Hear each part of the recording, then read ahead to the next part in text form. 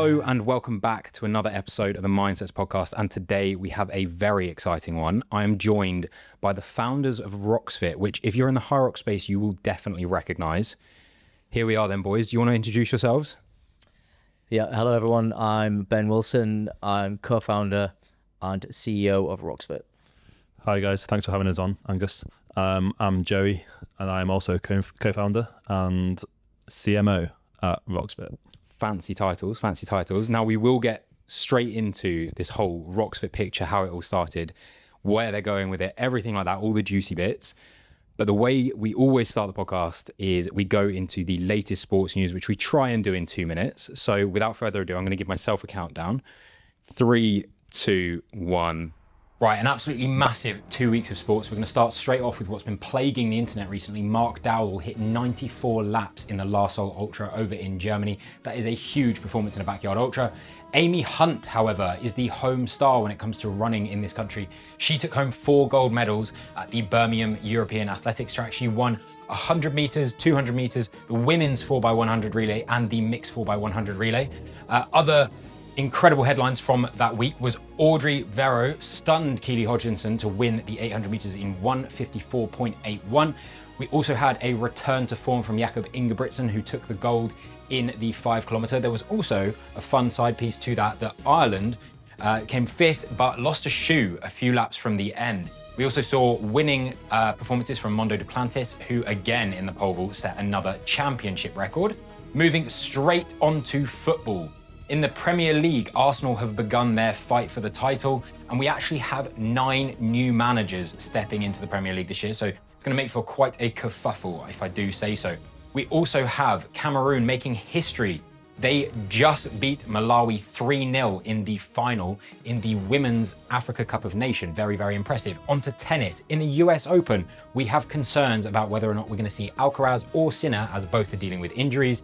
We also have an upset over in Cincinnati in tennis with Sarah Bejlek stunning the world number 1 Sabalenka, while Tommy Paul has also knocked out Alexander Zverev, who was seed number 1. So, going into the world record setting period of swimming in Paris, we have Sarah Curtis, women's 50 meter backstroke world record, 26.56. She actually set 2 world records in the space of 24 hours. She broke the world record in the semi-final and then set that time in the final. We have Johannes Liebmann also set a men's 1,500 meter freestyle world record in 14:26.79, which smashed the previous record by almost 4 seconds. In golf, Scotty Scheffler is absolutely dominating the FedEx St. Jude Championship. He won it by 8 shots, which is an absolutely ram-packed full week or week and a half of sport since we last spoke to you. Back to you in the studio. Back in the studio then, there's actually been some news on your guys' side. So you're actually athletes yourselves, if I must say. Last night, you and the ROXFIT team took on a 5K race in Battersea Park. Tell me more about it. How'd it go? Well, it went pretty well, didn't it? It went well for the whole team. 5 PBs, an overall winner, Malia, who's just unbelievable and puts us all to shame, really, doesn't she? But she won the whole thing from the female side. But yeah, I think I'd say we're pretty happy. Quite competitive, bit of banter, but. You say competitive. I can see the cheeky smile on Joey's face that whole time, because you two were going up against each other. And Ben, you had your own target of going sub 20 for the first time. Is that right? Sub 20, yeah. Never been sub 20 and managed to just nip under. But I had a wider goal of chasing down Joey. And I was on your tails for pretty much the whole race. And yeah, I couldn't catch him up. Yeah, I think we haven't really delved into our competitive sides too much between us two. Like obviously we're forming the app, and Hyrox as a whole is a very competitive sport, and I think previously I've maybe like had the edge on some of the running bits. You're more of the athlete, really. I mean, none of us are really athletes. Let's just put that out there. That's why we do Hyrox. That's why we do Hyrox. Yeah. I think that's what's helped us so far. Like, because we are not like these elite guys who are running these crazy times. Like, yeah, we're going for these sub 20 minute 5Ks last night, but that's about as far as we can go at the moment. But yeah, Ben gave it a big chat all week, trying to tell him he was gonna hunt me down and sprint finish me. And do you know what? He was in my head a little bit. I was a bit nervous. He didn't know where I was. I went out hot. I said all week I'm going to go out hot. I'm going to lead the charge. I looked down at my watch. I was running 3:36s. I was like, right, this is aggressive. And about a K in, I was thinking, oh, I feel all right here. And then Joey, I'd slowed down, I think, to about 4s. And then you overtook me. And then you just didn't know where I was the whole race. Yeah, I wasn't quite sure, but it was always there or thereabouts. I think there was about 10 seconds between us at the end of the race. Good result for both of you, and like you said, good result for the whole team, which is a massive takeaway. But has this always been something that you guys have like had as part of your life, is running or fitness in general? Like, I don't really know your background between the two of you, but also like independently. You're more the runner, aren't you? Really? Over the last few years, but I think we can both. Well, we were both rugby players before this, and that's how we met. We played down at a local club in Wakefield. So yeah, I think we've had that competitive edge for a while. Like, throughout my school years, I was always like, sports captain, like really pushing on in my fitness endeavours, if you like. But then rugby was a big one. The problem with rugby is it doesn't actually contain that much running, right? So like, I'm now, weirdly enough, even though we're building this business and, you know, I spend more time in the office than I do anywhere else, but I'm actually the fittest I've ever been right now, VO2 max wise, and just general fitness wise, even though when I was younger I was playing rugby, because the rugby is interesting. The ball's only in play roughly for about 27 minutes a game on average, right? So you don't actually do that much fitness. It's very explosive, stop-start. So even though we played rugby to quite a good standard, we trained 3 times a week, playing for 2 clubs, the actual fitness element of it doesn't lean itself to running that much. No. And it does on the stations in Hyrox a bit, and I think that carried through. But I've had to just go in, actually do proper running training, follow the plan for the first time. And I've got a marathon coming up in end of September, first week in October. So I'm on that plan, and now my running's getting good. I mean, it's very good. I think we always say if we went back to rugby now, even like we're both like coming up towards our mid-30s now. Scary to say, but if we went back to rugby now in our mid-20s, say, where you're meant to be probably fitter than we are now, we actually think we'd be much better, much fitter. A better rugby player, definitely. Yeah. So yeah, we're not really runners. I think we're rugby players. Mainly done a bit of everything, like tried all the sports, but rugby was our background. The thing about rugby is a position for everybody. I'm only 5'9", but I'm probably just under that. But I'm only 70 kg, and I can play rugby to a decent standard. Joey's heavier, faster. You know, the position for you on the pitch. Rugby's great, and it just fell into our life. But I'm actually glad we're out of that world a bit. Well, it's interesting. Rugby, like you said, there's a position for everybody. And I think one of the things that became obvious with the start of Hyrox was it was a sport for everybody. Yeah. There was going to be, you know, someone with one particular physical strength was going to do better at one thing. Like for me, for example, being a bit taller, like the ergs, I love. I hate burpee broad jumps. Yeah. I think most people do, but there are some people that have a distinct advantage, and I will always be jealous of them. I love burpees. We're going to come back to that later on, actually. Yeah. But I want to know how it went from you two knowing each other through rugby to then how this whole thing started. Correct me if I'm wrong, but started through WhatsApp. Yeah, pretty much. Exactly. So I think, yeah, like just on your first point, like I still think we're figuring out, right, like what the optimum Hyrox athlete and composition is, right? Like the Hunter McIntyres of the world, the big, strong, heavy guys. When the sleds were hard, we're kind of, you know, I kind of thought that was probably the right shape and speed. Now with the sleds getting easier, I actually think you're leaning more towards more of a running physique, or somewhere, you know, somewhere between, you know, your Ronkovic's, Luke Greer, like it's going less away from that. But we were probably the same. We were interested in it, weren't we? So we were playing rugby, trying to think about getting out of it. It's fun. It's weekends away. It's a lot of drinking. And at some point, you kind of think, right, I want to do something else. And normally it's your marathon or an ultra marathon. And then just so happens at the time, Hyrox was exploding. This was 2023. And we knew each other at the rugby club, but we'd both signed up for Hyrox independently. So I signed up to Stockholm, and I was going traveling in Scandinavia, and I was going to finish in Sweden and do the Hyrox. And you had booked London with your brother, hadn't you? Yeah, London. And so we'd both independently thought about Hyrox, found about it, booked it, And then we chatted about we knew we were heading towards it, so we both started training towards it. And then I was training, and I was like, how am I getting better at skiing? Am I getting faster at burpees? There was no way to track the actual progression of the splits, and it was annoying me for quite a while. And obviously, I'm a tech guy, right? I build things, and I was contracting for another company at the time, so I didn't really have the capacity to do this. But after a while, it annoyed me, and I said to Joey, I messaged him knowing he was in Hyrox in the space. I sent this message when I was in Turkey on holiday, didn't I? And I just sent a message, a real cryptic message, being like, I've got an idea. I think it'd be good. You'd be great at it. Shall we meet up? On them lines. And then, I mean, you didn't really know what to... I think he ignored me, actually, for a week.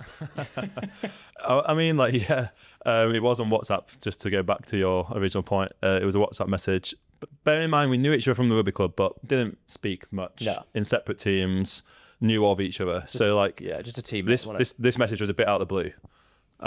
Like a guy that I see like every couple of weeks. Normally with a beer in his hand. Maybe see him in the gym a couple of times at the rugby club, and it was quite cryptic. It was, got a good idea, think you'd be good, as Ben said. Let me know if you want to take it further. If not, don't worry. And as Ben just alluded to, I think I ignored it for a few days, and I was very busy with my own business at the time. And I think it's funny, like, I could have easily just ignored that. I think it even crossed my mind. I was like, everyone's got an idea. Everyone's got an app idea. Everyone's got a business idea. Who's actually going to go and do it? But then, funnily enough, I knew he built apps, and I knew he'd done stuff in that space already. So I was like, I'm kind of interested. So agreed to it, and the rest is history. We went to a Starbucks in Wakefield off the M1. So innocent beginnings, and even the first 20 minutes of that conversation that I had no idea what he was talking about. He just came in 100 miles an hour, chucking like technical terms at me and all sorts. And then about 20 minutes in, I was like, oh, that's what you're trying to do. Yeah. Cool. There's something in that. I didn't explain it very well. What's funny is because I was away, and I'd gone off and like designed the logo. I'd like done a load of the branding. So I just came to meet Joey, through these ideas, through all these logos which I still have actually, and they're hilarious to look back at. And Joey was just a bit bamboozled, like, what on earth? And then we slowed down, went through it, and then I think you kind of got it. Yeah. But even at the time, like, as you said, everyone's got an idea. Like, at the time, it was like, well, could be a good idea, could not be. I think for me, like, I'd built loads of stuff before. I'd built loads of products. I've been building apps all my life. What's always... I think some of the businesses and startups I've worked with have always failed is the marketing side, right? I've always helped them build cool products and just not really hit go-to-market properly and actually found, the right product market fit. And I knew Joey was pretty good at marketing. I'd seen some of the stuff you were doing with it too. I know where you worked before, some brands that are still in the space now. So I actively kind of went out and proactively looked for somebody who could complement my skills. And now it looks obvious, right? I'm tech, product, Joey's marketing and brand. But it was quite deliberate choice. And it just so happened we got on. Like, we didn't really know each other enough to, like, we might not got on, but luckily we did. Between the two of you, though, I mean, ultimately the thing that has brought you together to actually say yes to this from Joey's side, but also for you to come up with the idea and take it to Joey, what was it about the Hyrox space that you thought every single Hyrox athlete needs this? What was it about ROXFIT in its early day that you thought this is so needed? So I think when you look at the product now, or you look back, it seems obvious the features were built, but actually the first thing that needed building was a way to track your race live and understand intra-race what is going on, whether you're ahead or behind of a goal time. That was it. That was the pitch. It was, yes, there was the training side and wanting to know the splits, but in a race, I want to go for, let's say, sub 70 minutes. And I roughly know the splits I want to do, right? In the race, when I come out the burpees, am I on track or not? Because you can't, every station is not 4 to 5 minutes, right? The back half's quicker than the front half. You need to know roughly where you are. And I found it crazy that you spend all this time and money and have no idea until you got to the finish line whether you've achieved a goal. Like, that's, to me, that's, I see a problem in real life and I just think that's nuts. Why has no one solved this, right? Like, when you're running, you look at your watch, you know your pace. No one had done it in Hyrox, and I just thought it was wild. And that was the real bare bones before we did the race results and the tracking, it was purely that, wasn't it? And you went to London, Joey went and just spoke to some users and said, are you also struggling from this problem? And the response was quite crazy, wasn't it? Yeah, I mean, right from the off, I think that's the thing with you. Obviously, Ben's very data driven. Even besides from the racing, at one of our first couple of meetings, he said, for example, I've gone to the gym this morning and I've had no idea how I've done in that session. Yes, I've got my heart rate, I've got my session length time, but like I went from the row to the burpees to the ski, and then we repeated it, and I have no idea if my second row was as quick as my first row, or where my third row fell into that. Sorry, excuse me. So straight away he'd spotted. It's a classic A-level business. Yeah. Every day, kind of. What's the word I'm looking for? Solution, really. yeah. It's a solution to a problem. A problem, everyday problem that you personally have, and then going out and thinking, right, let's fix this. So Yeah. I think that's how it started. Yeah, I mean, that's the way I even last night, there's 5K, right? I'm there thinking, and I'm like, it's a great event, and I'm just thinking, there's so many things that could be better here, like, you know, like in the live event space and some other stuff. It's you should really just look. I think a lot of people look, but they don't see, right? Just like this problem's all around you. And if I want doing ROXFIT, there's so many other interesting stuff we could be working on. But yeah, I think real life experience is probably the way to go. Like if you want to try build a business, go from your own experience. And 99% of the time, somebody else is probably experiencing the same problem. Well, it's interesting you say that. So it's more than someone else at this point. I mean, you have got 523.7 thousand downloads to date. Yeah. And then in addition to that, the team itself of ROXFIT has grown. You've passed 15 team members at this point. It's still continuing to grow. You've got athletes on board. How does it feel now hearing those numbers based off the fact that you two have essentially built this from a text message? You don't stop to reflect that often. Yeah, is I'd like to the say honest that. answer.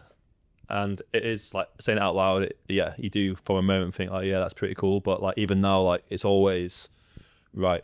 We're launching our premium ultra next month. What's the next thing we're trying to do? What's the next thing we're trying to build? It's just this continuous thing of, and it's kind of maybe like it's kind of sad in the way that it's one of those things that you never kind of stop to reflect on like how far you've come.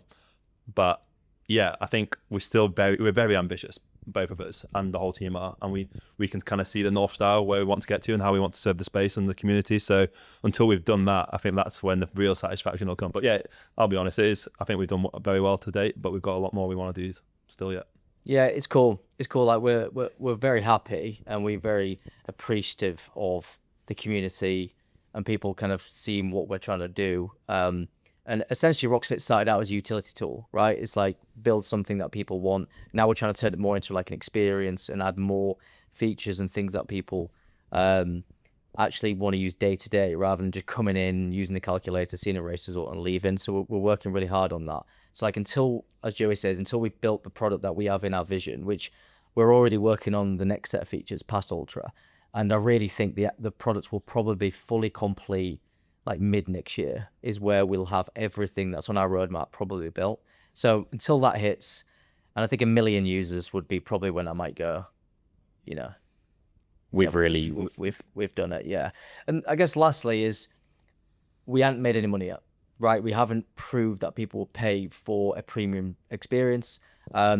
We believe it'd be worth paying for, and there will be that extra layer of things that people really want, and it'll appeal to a certain demographic of user, not everybody, right? We want ROXFIT to remain predominantly free for the average user. That's fine.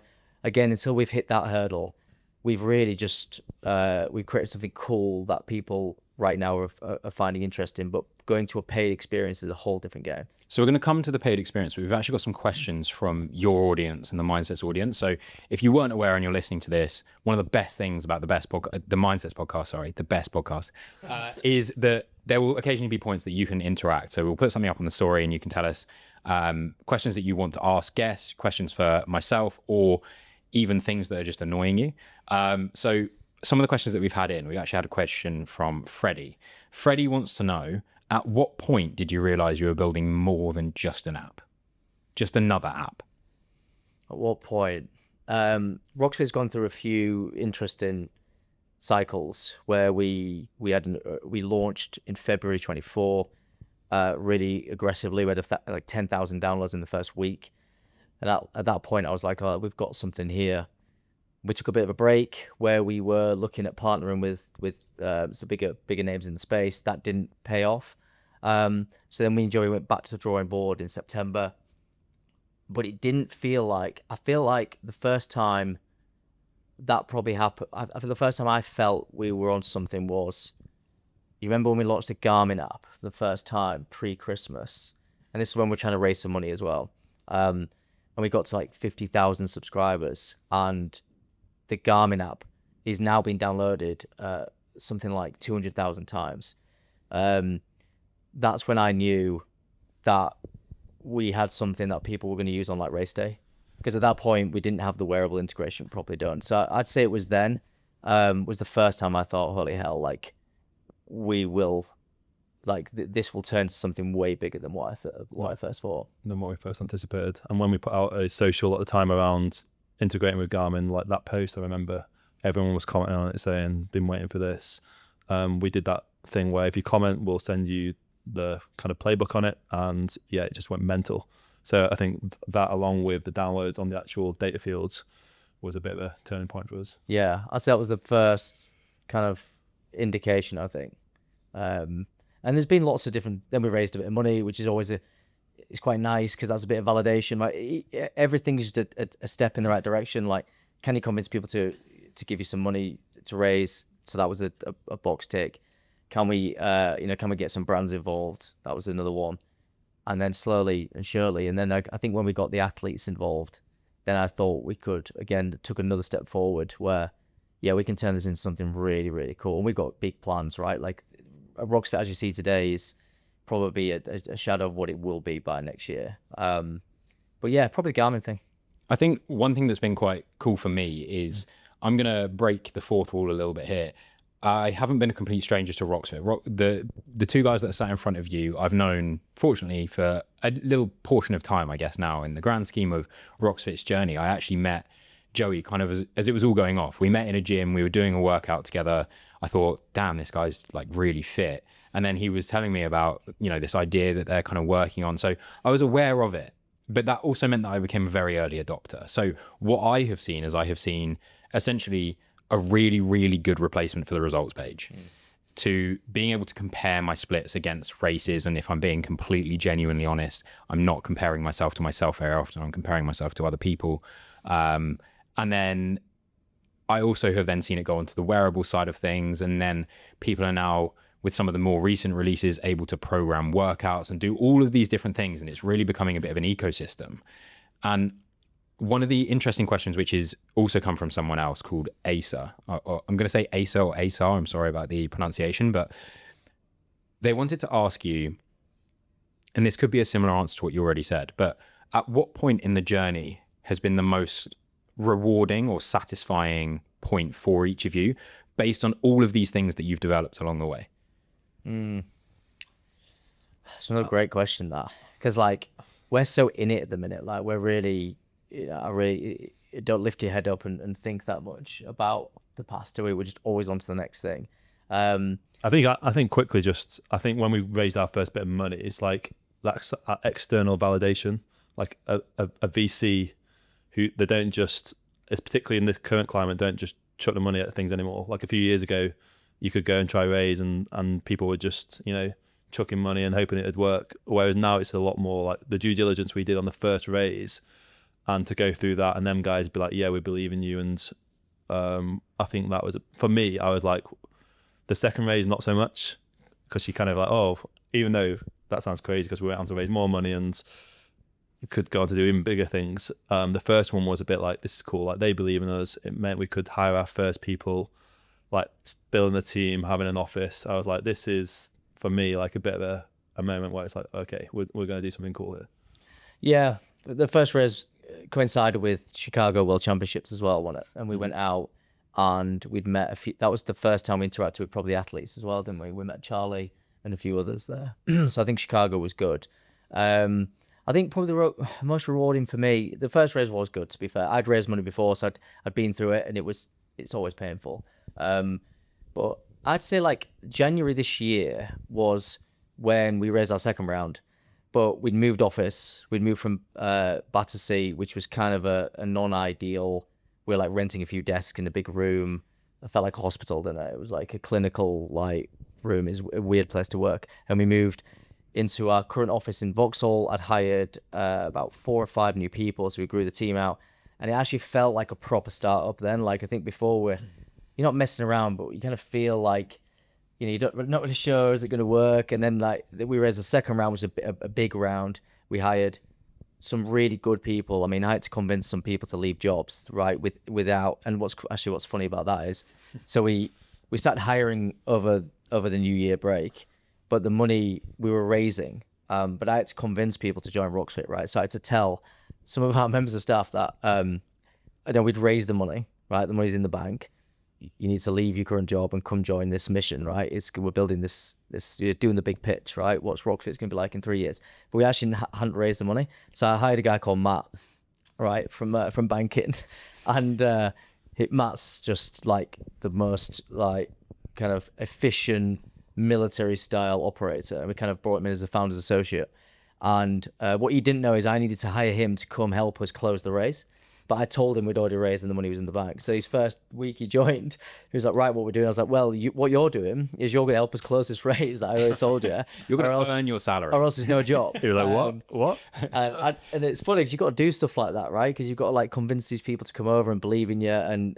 It was so far along down the path I knew it was going to close. We were confident, weren't we? We're confident, right? We were in a really, really good place. It was a follow-on round from our first round.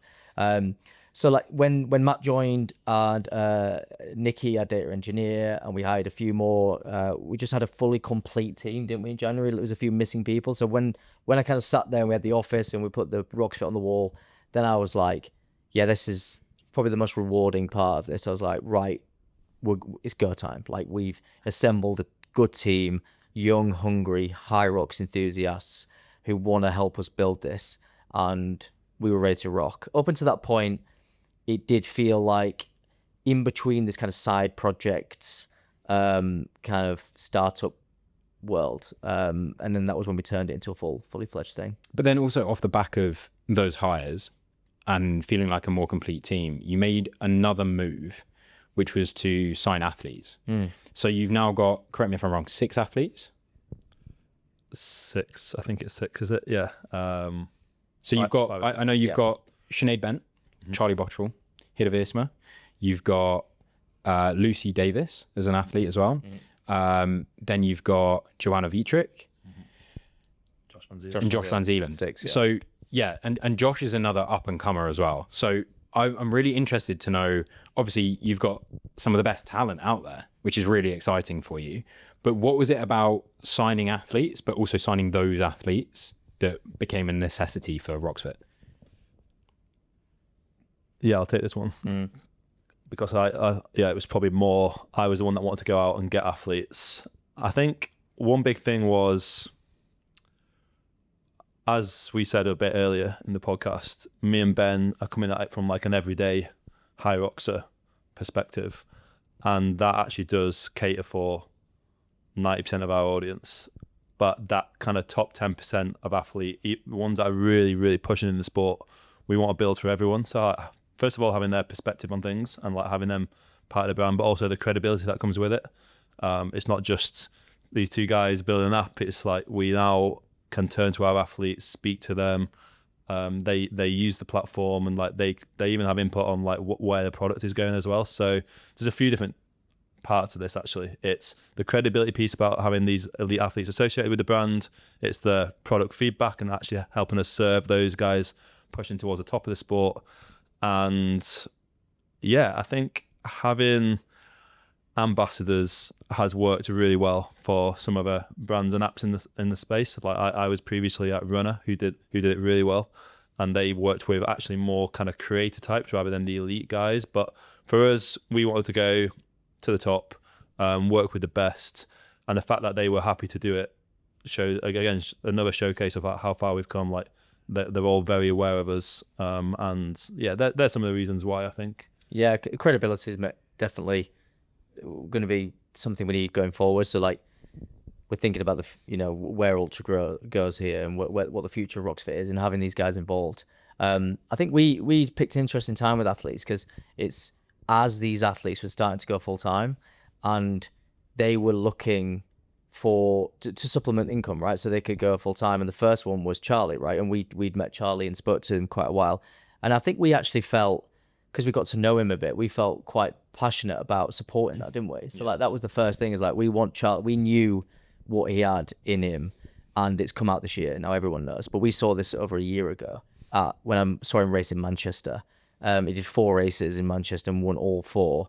And just watching him and speaking to him afterwards, and like his persona, I was like, right, this guy's got it. And what was holding him back was being able to go full time. He was working the gym from 6 a.m. till 10 p.m. And we just, well, we kind of felt, well, it's yes, you're going to give us some credibility in the future, but like right now, it wasn't much. We Charlie was relatively new to the space, right? But we knew like long term, he could help ROXFIT, but actually we could help him. Yeah, it was like a two-way thing. It was a two-way thing, actually. We saw this young lad who was clearly very passionate, and you particularly, Ben, to be fair, were like, he's going to go so far. And this is before he's qualified for the elites. He's like, he's racing a hell of a lot. This was really early. Performances, but very early, and quite far off the elites at that stage. But us seeing the potential, us also thinking, if he grows, like he can help us and we can help him, and that two-way thing. So that's very much a part of it as well. Yeah, that's how it started. And then we thought, shall we get some more, right? But I actually don't think we went out. I think that was kind of an organic start to athletes, wasn't it? And now you look at the space, and it's kind of obvious. This is what happens now. Every athlete is signing with a brand in a particular domain, whether that's wearable, whether that's supplements, training apparel. We didn't actually go out to do that directly, but we are now in that space. And if we're absolutely honest, because we're still talking about it now, we're still trying to find the best way to leverage athletes, right?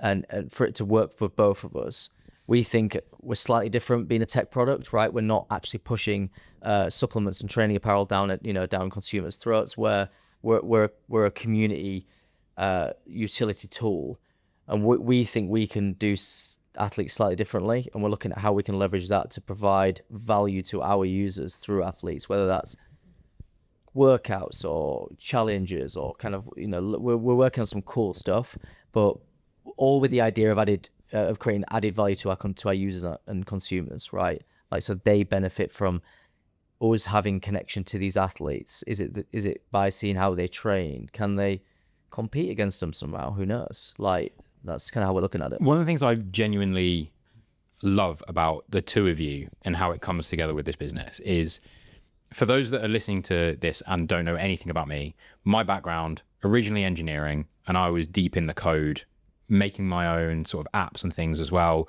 within a company. I left that behind because I had a major appreciation and desire to do something in sport.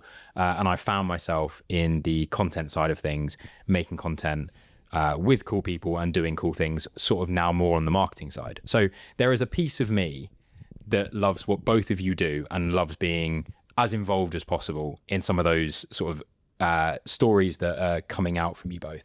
But the really interesting thing is that both of you are doing it for the love of the athlete experience. And I think when it comes to the data side and what you're coming up with as ideas for Ben, every single thing that you have done so far is to support the athlete. Yeah. And then every single thing that Joey is looking to do as well is to draw the attention of the athlete, because within the space, and I'm sure you've both noticed this, you mentioned, Joey, about how Runner leaned on content creators more so than they did athletes. And that's because from the marketing perspective, in running, the content creators get more views than the athletes. It's business, that's how it works. With Hyrox, it's very different because it was born out of content. The only way people were seeing Hyrox was because they had someone filming them, or they had a reel that went viral. No one was watching Hyrox 30 years ago because it didn't exist. So it's been born out of that time. So taking the approach of having athletes that ultimately are going to be sharing content. You're not working with content creators, you are working with athletes, but content is a massive part of who they are now and what they are. And it's how a lot of people know who the athletes are, but also what they're using. And you mentioned, Ben, about supplements, apparel. And what you have done is you've offered an alternative approach to sponsorship and support, but also showing, like, if it's good enough for those guys and if it's helping them get faster, get Yeah. better, understand their sport and their performance more, then if we can put that in a tool that is easily digestible so that anyone can use it, whether they've done a Hyrox before or not, because arguably someone could still make an account and go and see Charlie's splits and understand what a good run split looks like. Yeah. They could also go and look at Hida Veersma and go, that guy on that podcast said he's really bad at burpees because he's tall, but Hida's the same height as him and still does them in like 2 minutes. So how do I get like Hida and not end up like the podcast guy? That's like ultimately incredibly impressive. The thing that is terrifying to me is that's impressive alone, but, and you've alluded to it already, there's massive, massive things coming. Yeah. I don't know how much you're allowed to tell me or how much you're allowed to spill the beans to the people listening. But you've mentioned the name of it, ROXFIT Ultra. You've also mentioned that this is the first time people will be able to pay for something within the app. Now, given what you already offer, I can imagine that what's coming, if you're putting it behind a small paywall, has to be pretty mega. I don't know how much you're allowed to tell me. Yeah, I think we can definitely divulge a bit more now. A bit more is out in the open now. I think we've built ROXFIT to a point where it's so massively used now. Our MAU's crazy out of this 500,000 users, and we don't want to remove anything from the app because people use it, they compare, it's part of their daily training, racing, however they use it. We've got so many features in the app now, whether you're tracking a friend, whether you're actually training in the app, or you're looking at race results, or you're just looking to look at events. You've got so many different features. So we're looking at Ultra as more of an additive experience, right? So like, what can we add that is premium without almost taking anything away? So we've spent some of the stuff coming out in the next few weeks is what was on our first pitch deck. And it was all about being able to compete against whoever, whether that's yourself, your friends, or someone else in the world. It's the kind of the first story we're told about when I was going to training and I wanted to know, am I getting faster at ski erg and burpees? What I was doing is I was repeating a very similar workout regularly, and I was working out whether I'm getting faster or not. But I was doing it from the total time, right? So let's say you got a baseline workout, you do it in 45 minutes, you're doing it in 44 minutes, great, you're getting better. But actually what you want is the splits, right? Like which part got faster, where did I save time? So that was the first version of ROXFIT, was intra-race kind of pacing. But then secondly was we had this idea where I think the best way to describe it, depending on how old the audience is when I used to play Gran Turismo when I was a kid, you used to do this lap, right? And you used to race this ghost car. And the only way you could actually, you beat yourself is you would have to beat this ghost, right? And you could then work out on which corner you slow down on, because this ghost would get further away, and you'd basically spend hours trying to beat it. And we came up with this concept of why couldn't a workout be very similar in that you could actually race a virtual person, whether that's you in a past workout, whether it's Joey just finished a workout, I look at it on the app and go, oh, I reckon I can beat him. Very similar to the 5K thing we just talked about, right? Imagine bringing that competitive element out into the real world. And if it's not Joey, let's say it was Charlie Botterill, right? And you go, I want to see how fast this guy is, right? We see them on the dance floor. You don't actually realize how fast these guys are going. If you do a 20-minute erg workout where you've got to do 500 meters row, ski, bike, repeat, and after 3 minutes, Charlie's already 2 minutes ahead of you, you will actually be able to conceptualize how fast these guys are. So that was another element of how could I race the elites? And then finally, so it was kind of me, friends, and the world. So that was, and then we had to park it because we had to build all this other stuff. We had to decide we were going to go after building a user base, a network, to be able to launch it, because it doesn't work without a social element to it. A leaderboard for a workout, like a world ranking workout, doesn't work without people on it. So we've had to almost bide our time with it, build it. It's been a very kind of methodical process, hasn't it? So Ultra, and this is one component of Ultra, compete. We can go into the other side in a minute, but a real passion for me and the whole team is this idea of people taking competition out of the race day into it doesn't have to be every day. I mean, I wouldn't race yourself every single day. You'll drive yourself into the ground, but every now and again, whether that's every 2 or 3 weeks, and I'm rambling on a bit, but part of the other feedback of having the athletes involved is we got a lot of feedback from these guys. So I sat down with Hida in Warsaw and grilled him. I was like, take me through how you're measuring progress over time. And he has a baseline workout he does, and he knows if he does this baseline workout leading up to a race and he's getting faster, he knows he's on track. And that's when these athletes come out and go, I'm the fittest I've ever been, right? Hunter does it, these guys do it, they have a workout that they know they can measure against. And that's another reinforcement for me building Compete. It's like, imagine if you can track that like in the app, right? And other people could do his baseline workout. So feedback from the athletes, a passion from what we had, and also speaking to a lot of users, right? Users want to be able to measure progression and time, and how many people do a Hyrox sim. Just the amount of messages we get for Hyrox sims. Our Hyrox sim in the app's been completed something like 50,000 times, right? Imagine if they could actually benchmark it every time and in it see you can kind of see how this evolves over time. But that's the Compete side. Maybe you want to touch on the race side. Yeah, just the other end. Just finally on the Compete side of Ultra, it's trying to bring a bit of that Hyrox race day feel that everyone's got so obsessed with, that adrenaline and like that element of competition. You don't realize it. Everyone says they're racing against themselves, which is very true in most cases, but everyone also does look at like, where does that position in my age group? Where does that put me on the skier? I'm in the top 25% of the skier. Wow, I'm in the top quarter. Like, you don't go into a race thinking I'm racing the world, but quite often you are. And like being able to bring a bit of that kind of race day feel to training, like Ben mentioned with the Gran Turismo example, or more recently we've said how like Zwift have brought like cycling into the living room and all this gamification around it. Like, just trying to bring another element, another exciting side to training is like a big part of Compete. So we're super pumped to get that out to the world. We're trying to make it fun, aren't we? Right? Like I think Zwift's tagline might be like cycling made fun or something similar. Go fast. Yeah, fast is fun. I think fast is fun. Yeah, and we really like that. Like, Hyrox is pretty serious, but by all accounts, we try to bring some humor to it. But we've done a few of these Compete workouts, let's call them, and it changes the whole experience, right? If you had to go do a workout and it's like, I'm not really up for it, but imagine if you were racing yourself or somebody else, and every time you do a split, it says you are 10 seconds behind Charlie Botterill, which would never happen, but let's say 10 seconds behind Angus, and you just think, oh, maybe I'll push on, maybe I'll go for it. Without that, how many workouts I've done where I've just not gone through the motions, but you do slide off a bit, right? So it's just that. And even last night doing the 5K, right? I'm going for a sub 20. He's 30 meters ahead of me. I know he'll run bang on 20 because he knows how to run fours perfectly. So if he's my ghost in that race last night, and I was gunning to catch him up. So these things happen in real life, right? And we're just trying to take that into the training experience to make it fun, right? If it's not fun, you'll eventually get bored.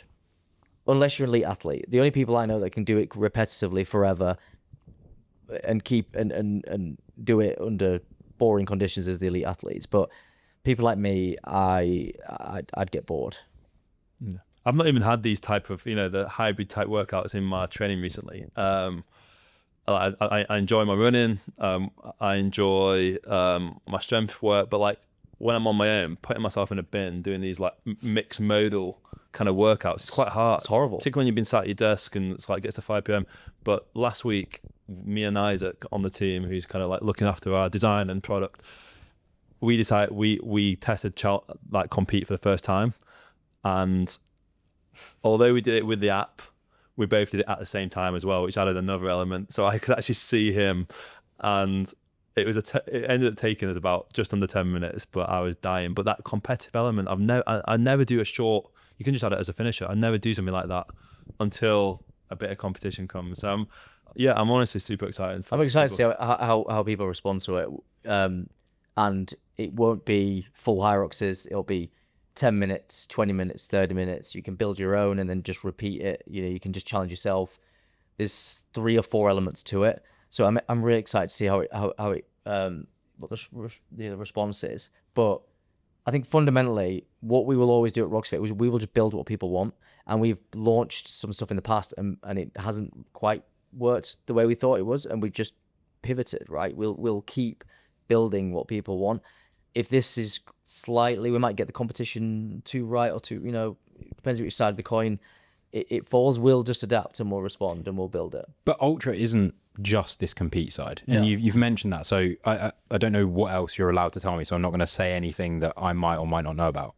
Yeah. So I don't want to ramble on about the product too much for those listening, but no doubt some are interested in Ultra. Just on the other side of things, so that's a compete side. There's another half to it which we're calling like our athlete IQ, and under that, everything you get in ROXFIT at the moment is like we present data, whereas with this Ultra element, athlete IQ, we are then going to further analyze it. We're going to give you answers. So if you improve on your sled push by 30 seconds, you will actually jump 100 places, and it'll jump from top 45% to top 23%.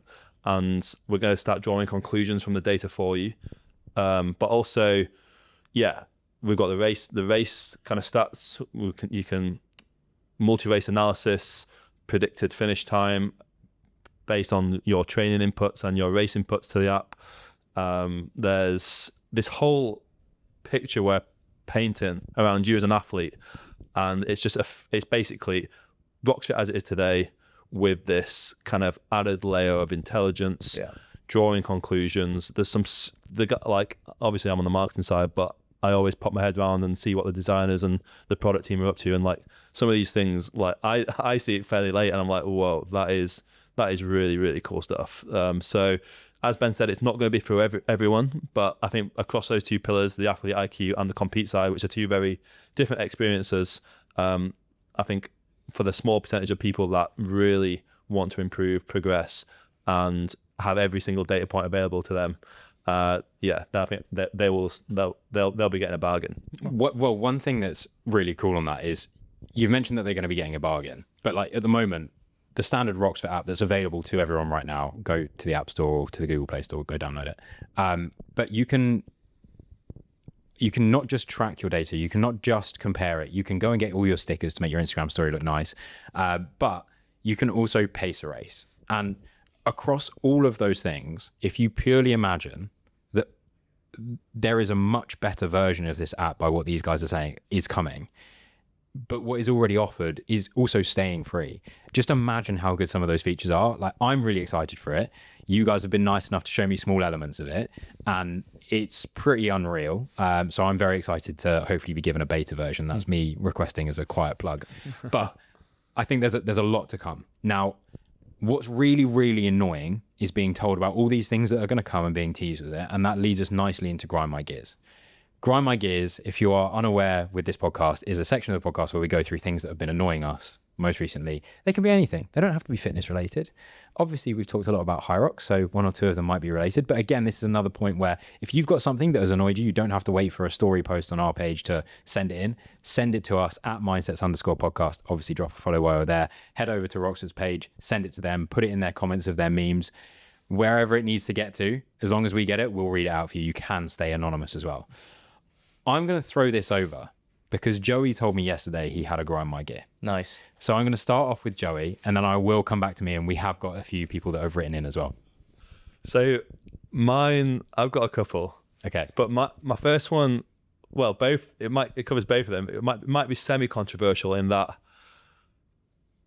it almost goes against this segment of the podcast, which is people whose gears get ground too easily. Ooh, nibblers. Maybe you could call them nibblers, but also like, I'm going to stick to the fitness bit because, that's kind of the first thing that comes to my head. It's like people get super wound up by things that I'm just like, if that's the top of your worry list, then I'm really kind of concerned for you in a way because like the term hybrid athlete, if someone wants to use the term hybrid athlete for me, it's like, and maybe it's slightly biased coming from where my position and what I do, but let someone call themselves a hybrid athlete. Is it really like bothering you that much that this person wants to label themselves and, go run around the convention center and it might just be running and lifting some weights and we coined it hybrid athlete. But if there's that's the people out there calling themselves many, many bizarre things, I think hybrid athlete's probably absolutely allowable. You're right. Exactly. So that's one. But in the same breath, people that get upset with like people working out without their top on. And I That's guess the most classic Hyrox thing I've ever heard. Classic Hyrox gets upset when he can't take his top off. some people's grind my gears might be like athletes do. that take their tops off. Mine is 100%. those people that get annoyed at athletes taking their tops off. Because I'm like, if Jeff wants to take his top off and Jeff is unbothered and Jeff's happy with his top off, why is it bothering you? You just get around, you just do your business and crack on. You're just happy with your rig. That's what it is. See, this is it. People think it's a rig thing. It's not. These venues are warm. Are you talking about training or racing? Like in a commercial gym? If you're in the commercial gym and it's not like kosher, it's not like the done thing, Yeah. then it's slightly strange. But Yeah. that's not what people are complaining about. People are complaining about the racing people side. running outside in hot weather. Oh, mate. With the top off. Round Battersea this morning, like, Yeah. I saw Spenny around there. Everyone's got the top off. It's like, Well, it's like 32 degrees. I was going to say, at the moment today, I don't know if you know, again, breaking the fourth wall a little bit. On the day of recording, 37 degrees in London. Mate, it's crazy. Absurd. Wild. I've got a couple that we've had sent in. So I'm going to read these off from Stevie. This one's very Hyrox related. Where people put the kettlebells down if they're having a rest. I've experienced this. On the corner. They'll be in front of you. They might know you're behind and they just stop. Right. Just put them down. That's a great one. Actually, that's very similar to, I get the train every week up and down, because I live in Yorkshire and I come down, I do 3 or 4 days in London, and people get off the train, right, and they start walking, and then they'll just stop with like all the suitcases, and just the same thing, just creates this like, but like they move to the side, right? But for Everyone's first day on earth. Mate, that is the phrase. So it's like, if you just been born, but it is. The Hyrox one on the corner is proper funny because they want to do half lengths each, but then the sensible people go around the corner and then do it go wide. Just go to the side. Mate, that's a great one. I think I'm probably I'm probably quite selfish. If I'm knackered, I'm putting the kettlebell down. On that corner. I don't Yeah, really. but we're talking about double. Mainly when you're swapping with doubles. No, not even that, but people that are in a Just, solos and just stop. Or like at the corner, or like, when you have to do your second lap, they'll stop in the bit where you have to go through. Oh, you before can't the second do lap. that. To be fair, I do think that like right on the bend is Yeah. bang out of order. But I'm not seeing that too much. But I would hate that if it happened. To be fair, It's bad. We've had another one as well from Zara. So Zara, I assume, has been a keen supporter. She says an unrequested hug after a Hyrox. So and I've definitely experienced this. I've said well done to a friend. I've even seen Joey finish a race and said well done. And the amount of sweat that comes off someone is disgusting if you're not sweaty. Oh yeah, if you've not raced. Yeah. 100%. There was a few hugs going around last night, wasn't there? After that race, like everyone was. Again, it was 30 odd degrees. I've not experienced that actually because I'm normally racing, but I can imagine that's no fun. so that's a hug if you're a spectator and a Hyrox are coming and grabbing you. Yes. Oh yeah, it's just a high five. Yeah, you it's just got gotta be a it's gotta high out. five. Or a fist, it's a fist bump. Yeah. Yeah, that's a good one actually. You look great, but just stay over there. Has anything been annoying you recently, Ben? Oh mate, Oh, don't get Ben started on what grandma isn't gears. annoying me?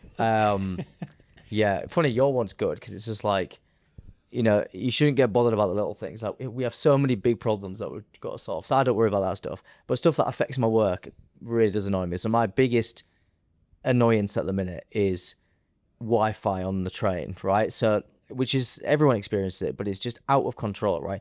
This problem has been solved, right? With a Starlink. I have a Starlink at home. If you stick, you can get our Wi-Fi at 30,000 feet, right? But we can't get it on the train in the UK. in the UK, right? And it blows my mind. So we have obviously got a big business now. I've got stand-ups. I have to join stand-ups on trains. And it's like I can't even join a call. It infuriates me, doesn't it?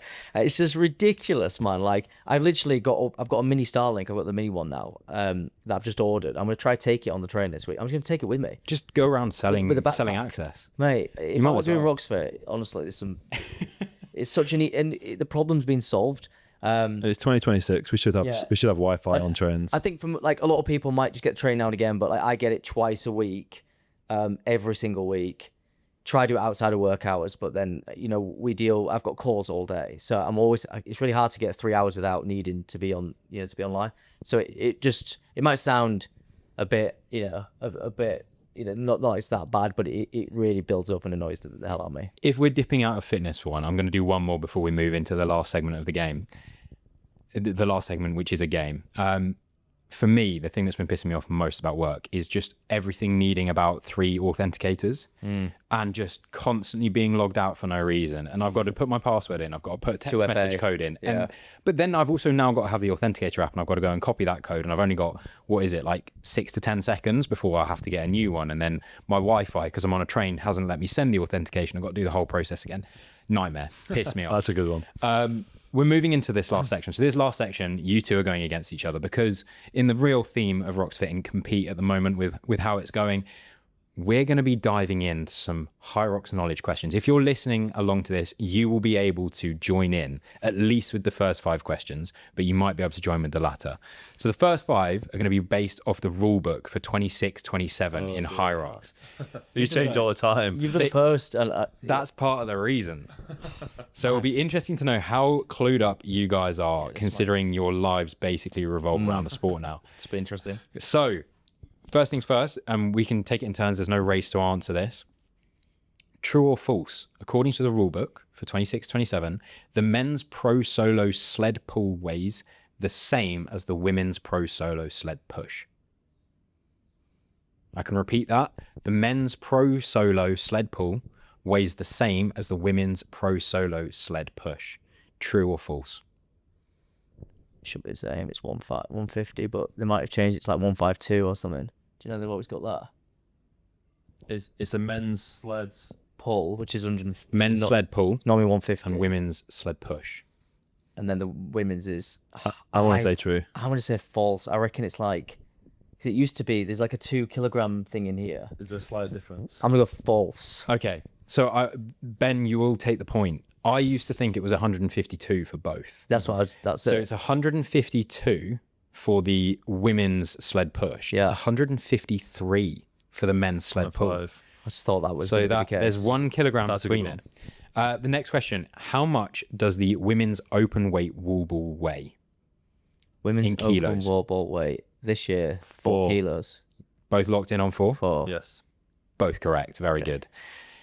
Question 3: how many points does the first place finisher get in an Elite 15 major race? Oh mate, Ooh. see this has come up recently because we're about updating our leaderboards. I've not done any of this ranking stuff. I'll have a wild guess at this though. I'll have a wild guess as well. We should really be more clued up on this. Yeah, we should be. I'm gonna say. I could be way out here. I'm gonna go 110. Oh, I was going close. I was gonna say 120. Ben, you've got 3 on the trot. It is Oh, 110. It's 3-1. Right, I've got good memory. I'll Question- have seen that somewhere. I'll have seen that somewhere. Question number 4, I'm going to give you multiple choice. So if you get 3 penalties this year on the burpee broad jumps, what is the total penalty? Is it A, 15 seconds? Is it B, 30 seconds? C, disqualification? Or D, you may be asked to start the station again? No chance they do the last one. It's not starting again. So it's 15 each normally. So Tell you what, if they did the last one, I would be very good at burpees. Yeah, like that'd be very, wild. very accurate. with You one. could argue a third one is closer to DQ. DQ. This is a new rule book in it. 15:30. I'll go DQ. The DQ now you don't finish station, so I reckon they've done something here. DQ. You're going DQ, C. What are you going for, Joey? What was A and B again? A and B was 15 and 30 seconds, respectively. For 3. Yeah. 3 offences. I need to start building a bit of a gap on Ben, but trying to claw back the gap. But no, I'm going to go DQ as well. Should have tried something different. It's 30 seconds. First offence is free. Oh, Each is it? offence after then I is thought it was 15 15. seconds. So Oh, I feel like it's total's 30 smart. seconds. Question number 5. I should have known that one. We've done a post on that recently, and it was always, yeah, I'm fuming at that. Okay, so this is specific to the wall balls. Again, it's multiple choice. There's a 50-50 basically here. So if you miss a wall ball and then you cross the line, is that A, a DQ, or is there a condition that you get 15 seconds per rep missed between 95 and 100? Oh god, that's confusing. So this is the whole Tim Burnish thing over the line, wasn't it? Where they said so Cole technically got DQ'd because he technically didn't finish the ski, and then Tim didn't get DQ'd, but he didn't finish the wall balls. And they said now if you don't finish any station, you get DQ'd. However, the second part of that was at 95 plus. Between 95 and 100, They give it's you a 15 seconds per rep.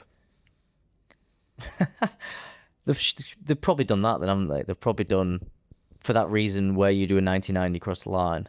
But that could also be just a red herring. I'll go DQ. You're going DQ? Yeah, because that's what I read. I honestly thought it was DQ on this one. Okay. I can confirm that you're both right. It is Okay. DQ. And I believe the confusion last year with the world champs finish was because the answer B, 15 seconds per rep between 95 and 100, was the rule. Oh, So they've removed that. As far as I'm concerned, that is what I that was the original heard rule. and what that was So the it's- original it's rule last now- year. It is now DQ if you don't finish any station. A station. That Tim one was so controversial though, because like it didn't do it on the counter, but his judge said go. Yeah. So that at that point, has he done the rep or not? It's tough. It is tough. I think you've got to go by the counter, don't you? Next 5 questions are more competitive between you because it's about you two. So, question number 6. How much faster is Joey's best open time than Ben's best open time? I will take it.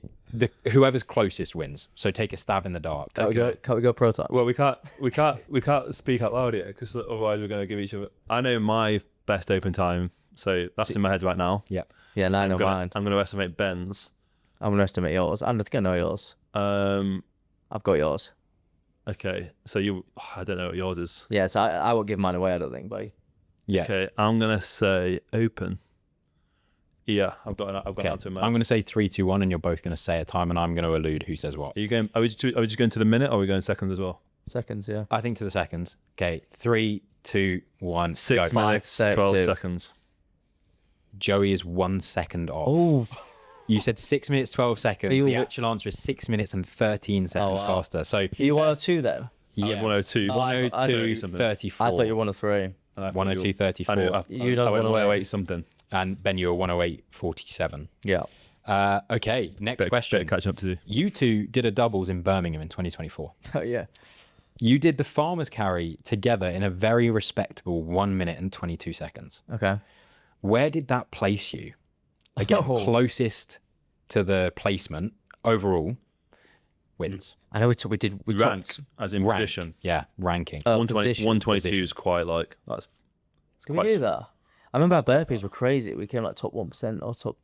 I don't remember the farmers. I think that could be like, I'm just pulling this out of thin air, but I want to say that puts us like 12th. Top 20. Farm 122 is pretty fast.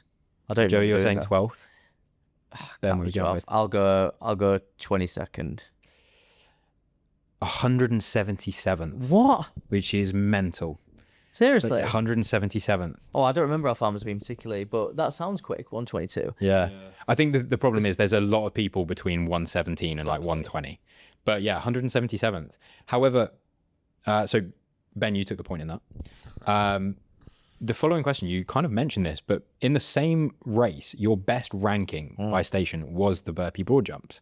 You did the 80 meters of burpee broad jumps in 1 minute and 52 seconds. Yeah, we went mad. That's pretty good. I'm pretty good at burpees. So I went, and then we did it really fast. So what's the question? The question is, between the two of you in your solo races, who's got the better burpees? In On the average. 102 and the 108, the average. On the average of all of your races, who's got the better burpee broad jumps? Ben backs himself on burpees, Yeah. and I find pretty hard, so I'm going to go Ben on this one. It depends because like there's one race that did really well and there's one where it's dying and it struggles. But I would hope it's me. Might not be. Ben, it was you. So you both get the point there.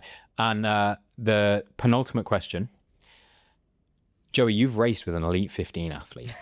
You raced with Charlie Botterill in Cardiff. He last never. year. He works you up about it as well in the office, by the way. Who's got the fastest Hyrox time in the office? How much faster was your burpee broad jump split with Charlie than your two's double burpee when you did your race together? How much faster? How much faster? A follow up question: and how many did you actually do? And how many did I do?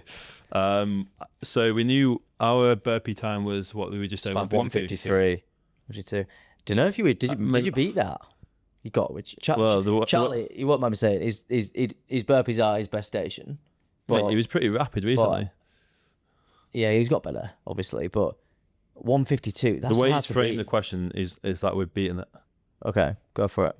I'm going to say we did a 1:46. So you're going 6 seconds quicker.